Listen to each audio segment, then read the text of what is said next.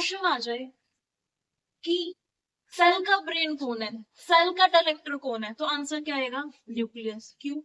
क्योंकि हमारे पूरे के पूरे सेल को एक्चुअली कौन कंट्रोल कर रहा है? न्यूक्लियस। अगर हम सेल की बात करें बेटा, तो सेल के अंदर कोई भी अगर यूकैरियोटिक सेल होगा ना, कोई भी यूकैरियोटिक सेल है, चाहे वो प्लांट सेल है चाहे वो एनिमल सेल है, उसके अंदर हमेशा प्रेजेंट होगा न्यूक्लियस। यू मतलब ट्रू, कैरियोटिक वर्ड आया है न्यूक्लियस के लिए, ट्रू न्यूक्लियस। अब ये ट्रू न्यूक्लियस वर्ड का मीनिंग क्या होता है?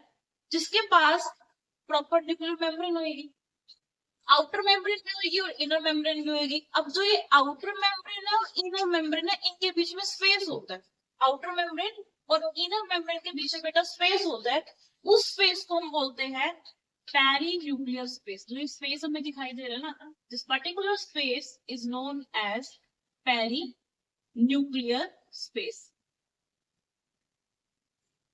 अब न्यूक्लियस के अंदर विस्कस फ्लूइड होता है, विस्कस गाढ़ा फ्लूइड है, फ्लूइड है मतलब उसमें पानी भी है। जो ये फ्लूइड मुझे यहाँ पे दिखाई दे रहा है न्यूक्लियस के अंदर, इसके अंदर बहुत कम मटेरियल भी है, बहुत सारे प्रोटीन्स भी अलग अलग। जो ये फ्लूइड है इसका नाम है न्यूक्लियोप्लास्ट। अब क्या होता है कि न्यूक्लियस के अंदर मटेरियल भी आ रहे हैं, न्यूक्लियस के बाहर मटेरियल भी जा रहे हैं। अब जो मटेरियल अंदर और बाहर जा रहा है वो जाएगा छोटे छोटे पोर से, पोर मतलब छेद। तो ये पोर हमें दिखाई दे रहा है, ये न्यूक्लियस में है, तो this pore is known as nuclear pore. मतलब अगर हमारे पास क्वेश्चन आ जाए जहां पे न्यूक्लियर पोर होगा वहां पे न्यूक्लियर मेम्ब्रेन क्या होगी? एब्सेंट होगी। जहां पे न्यूक्लियर पोर होगा वहां पे न्यूक्लियर मेम्ब्रेन एब्सेंट होगी। अब साइंटिफिक प्लस, अब क्वेश्चन है इंपॉर्टेंट। अगर हमारे पास एग्जाम में क्वेश्चन आ जाए, this type of question asked in NEET, अगर हमारे पास क्वेश्चन आ जाए brain of the cell, answer क्या है? न्यूक्लियर। अगर हमारे पास क्वेश्चन आ जाए ब्रेन ऑफ द न्यूक्लियस, तो आंसर क्या है? न्यूक्लियोलस। न्यूक्लियोलस क्या है? Brain of the cell. What is the reason for this? क्योंकि न्यूक्लियोलस किस चीज को कंट्रोल कर रहा है? न्यूक्लियस की फंक्शनिंग को। न्यूक्लियोलस में क्या बन रहे हैं? प्रोटीन। न्यूक्लियोलस राइबोसोम बना रहे हैं। This is the main reason कि असर्शन रीजन आते हैं। अगर असर्शन आ जाए कि न्यूक्लियोलस के कारण प्रोटीन और राइबोसोम बन रहे हैं, और रीजन आता है इसलिए हम न्यूक्लियोलस को बोलते हैं राइबोसोम फैक्ट्री, तो दोनों क्या है? करेक्ट है और करेक्ट क्या है? एक्सप्लेनेशन है। न्यूक्लियोलस को हम क्या बोलते हैं? Ribosome factory. Why nucleolus is known as ribosome factory? क्योंकि न्यूक्लियोलस के कारण क्या बन रहा है? क्या बन रहा है उसमें? Ribosome and protein. अब हमने जो स्ट्रक्चर किया न्यूक्लियस का स्ट्रक्चर, फिर ना जब सेल की बात करते हैं या तो सेल होगा प्रोकैरियोटिक सेल या फिर वो सेल होगा यूकैरियोटिक सेल। जब हम प्रॉपर न्यूक्लियस को डिफाइन कर रहे हैं ना, आउटर मेम्ब्रेन भी बता रहे हैं, इनर मेम्ब्रेन भी बता रहे हैं, न्यूक्लियोप्लास्ट, प्रॉपर हर चीज बता रहे हैं, समझ जाओ कि अब हम वहां पे यूकैरियोटिक सेल की बात कर रहे हैं, यूकैरियोटिक सेल की बात कर रहे हैं। यू मतलब ट्रू, जिसके पास ट्रू न्यूक्लियस प्रेजेंट है, और ये प्रॉपर न्यूक्लियस है ना।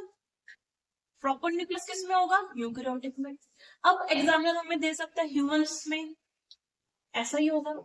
कोई भी यूकैरियोटिक सेल है, चाहे वो एनिमल सेल है चाहे वो प्लांट सेल है, इवन अमीबा, अमीबा भी यूकैरियोटिक सेल है, याद रखना। नो डाउट अमीबा एक यूनिसेलुलर है, एक ही सेल है उसमें, लेकिन वो कैसा है? यूकैरियोटिक।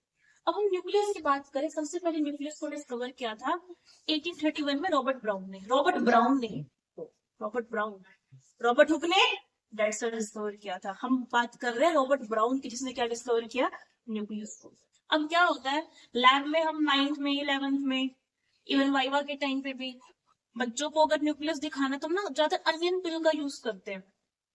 क्यों? क्योंकि तो पतला सा होता है, बड़े आराम से दिख जाता है, तो उसमें ना कलर देना पड़ता है, सो न्यूक्लियस दिखेगा नहीं। तो कलर देने के लिए हम यूज करते हैं स्टेन का। either you can use saffron, either you can use methylene blue या iodine, जिससे कारण आपको प्रॉपर न्यूक्लियस दिखाई दे जाता है।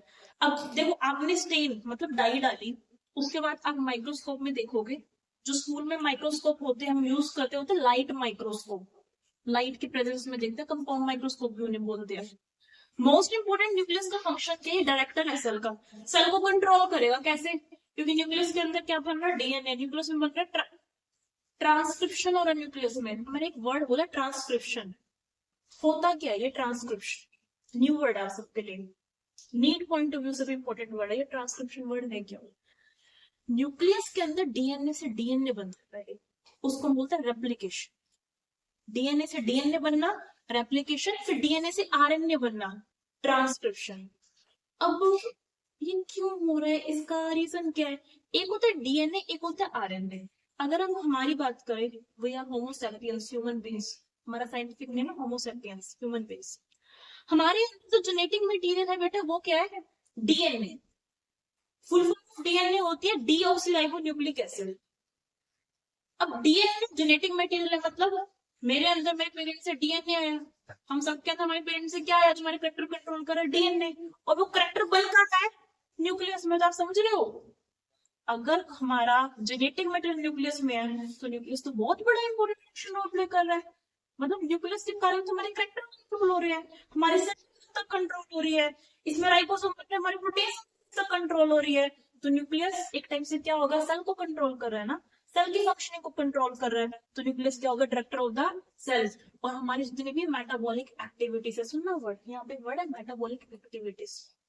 मेटाबॉलिक एक्टिविटी का मतलब होता है हमारे सेल के अंदर जितनी भी केमिकल रिएक्शन चल रही है। हम कल भी बात कर रहे थे भाई, बायो के अंदर भी केमिस्ट्री होती है ना, केमिकल रिएक्शन तो हमारी बॉडी में भी होती है।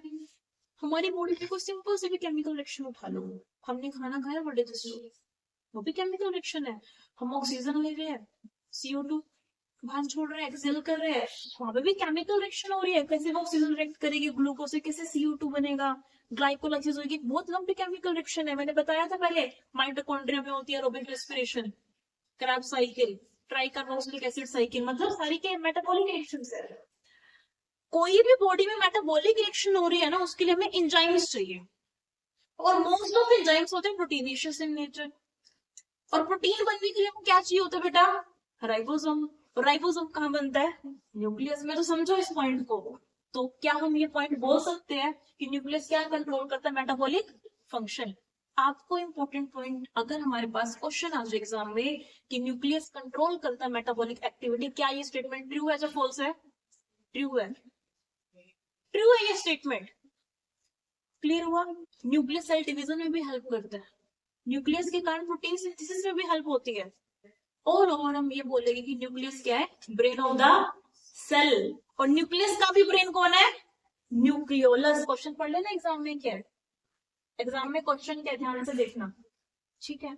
तो हम क्या बोलेंगे भाई, न्यूक्लियस तो सारे फंक्शन परफॉर्म कर रहा है ना। अब मैंने ना डीएनए पे डिस्कशन किया, जेनेटिक मटेरियल, थोड़ा सा और डिस्कशन करते हैं डीएनए पे। क्या होता है? डीएनए हम सबके अंदर होता है, जो जेनेटिक मटेरियल होता है, लेकिन डीएनए ना बहुत अनस्टेबल होगा, नेगेटिव चार्ज होगा। तो उसकी कॉइलिंग के लिए हम चाहते हैं न्यूक्लियस में आ जाए, हमें चाहिए पॉजिटिव चार्ज। डीएनए पे कौन सा चार्ज है? Negative charge. अब डीएनए को हमें बांधना है, थ्रेड लाइक होता है, मुझे उसको एक स्ट्रक्चर में बांधना, तो मुझे क्या चाहिए? Positive charge. वो पॉजिटिव चार्ज प्रोटीन चाहिए। अगर वो पॉजिटिव चार्ज प्रोटीन आ गए तो डीएनए किस में कन्वर्ट होगा? क्रोमेटिन में। और क्रोमेटिन फिर किस में कन्वर्ट होगा? क्रोमोसोम में। आप सबके सिलेबस में टॉपिक है क्रोमोसोम। क्रोमोसोम टॉपिक और कर लेते हैं। जब हम क्रोमोसोम की बात करते हैं बेटा, तो क्रोमोसोम का स्ट्रक्चर हम कुछ इस तरीके से बोल सकते हैं कि एक क्रोमोसोम में सेंटर में होता है सेंट्रोमियर। क्या होता है? सेंट्रो। और यहाँ पे होते हैं दो क्रोमैटिड, और इनको प्रिवेंट करने के लिए डिस्क शेप स्ट्रक्चर होता है, नोन एज काइनेटोकोर। काइनेटोकोर, ठीक है? अब जो ये क्रोमोसोम हमने पढ़ा है ना, ये क्रोमोसोम, ये पूरा क्रोमोसोम का स्ट्रक्चर है। ये क्रोमोसोम किस के बना है? डीएनए से और हिस्टोन प्रोटीन से। डीएनए फुल फॉर्म है deoxyribonucleic acid. Nucleic acid, why nucleic acid? Nucleic because present in the nucleus. Acid मतलब एसिडिक नेचर है। ये इसके रीजन है, सॉल्वेंट ग्रुप होता है, नेगेटिव चार्ज होता है, एसिड नेचर होता है। तो इंपॉर्टेंट बात मुझे क्या याद रखनी है? न्यूक्लियस क्या है? Most important principal cell organelle, brain of the cell, director of the cell. Cell को डायरेक्शन देना, क्या काम करना है।